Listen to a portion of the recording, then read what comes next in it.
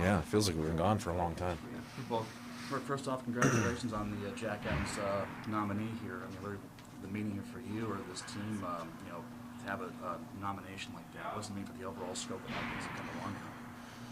Well, it's a real indicator of the good work that our players have done.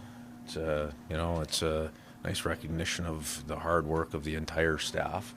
But maybe more importantly, I believe it's an indicator of the progress and how as an organization the steps that we've taken through this through the regular season, and that's really positive. Dave, how did you find out that you were a finalist? I got a phone call and let me know just a little bit before the announcement yesterday. Much better are you a coach from year one to year two, let alone from Toronto, from Philadelphia?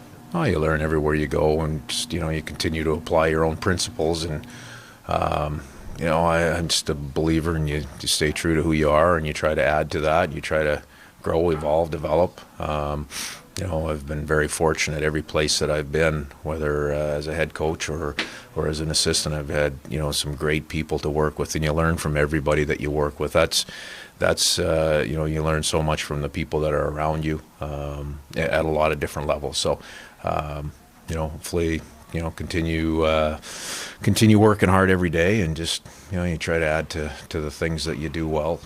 Forgive me if you've been over this a million times in Seattle, but over 2 years, right, you had to take a collection of guys and make them a team, right, and install a system from scratch. Mm-hmm. And I think Allison was just saying, like, all your team building stuff was canceled the first Yeah. year because of COVID. Didn't have a Yeah. Christmas party. Like, what was the coaching challenge over 2 years to accomplish that, right, to get to where you are right now?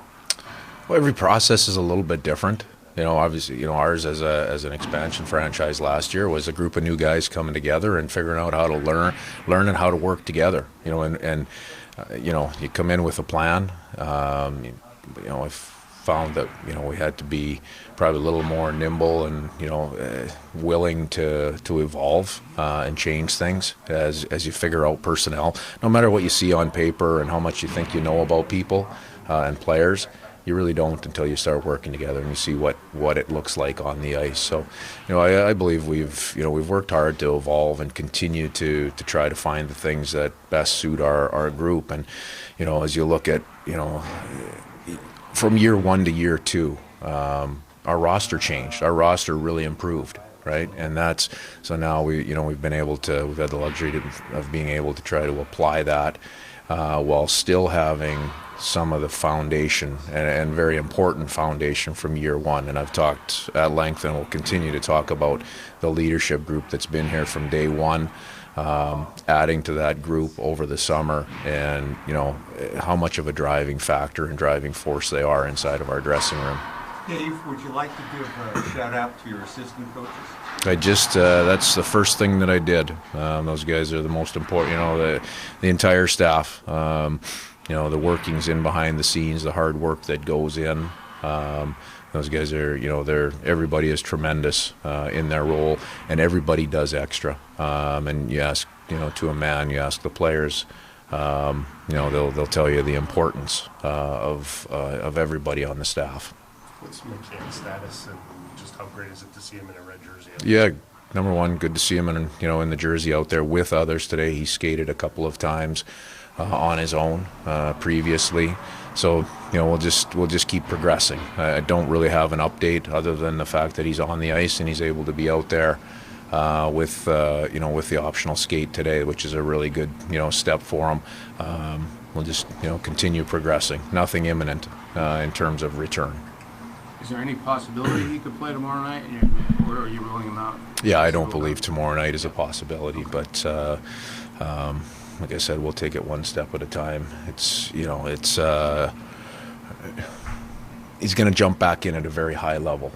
So first things first, we're going to make sure his health is where it needs to be, and then he's got to be ready to get into the lineup. And like I said, it's a step-by-step process. Dave, with him being out, Ty Kartche, and what stood out to you so far with him through 5 games? With Karts? Yeah. Just his readiness to jump in and play. Now, he's got to continue to raise that level. The stakes continue to get higher and higher.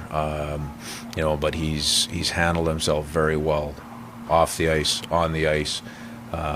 you know, he's shown, even though he's a young man, he's shown to be a good pro, and he can play with detail, and that's a real important area, especially at this time of year, especially as we're in a situation where our opponent raised their level in Game 2. Now we have to be able to match that and raise our level without changing who we are. It's going to be important, for all guys, and he's one of the young guys that has the opportunity to help us do that. Dave, you kind of mentioned it there, but there's been a couple guys who've tried to jump back into games with injuries across the league here in the playoffs and haven't been able to make it through and go. To have Jared back to 100% ready, how key is that for you guys in throwing him back out there to know that he's ready to go with the level you need him at? Yeah, we have to do what's best for a player individually, and it has to be right for our team as well. And that's, we've talked about that with all of our decisions throughout the year. The two things have to match up. So we're not going to rush anything. I mean, when Jared or any other player is ready to come back and help us, then he'll be back in the lineup, and not until then.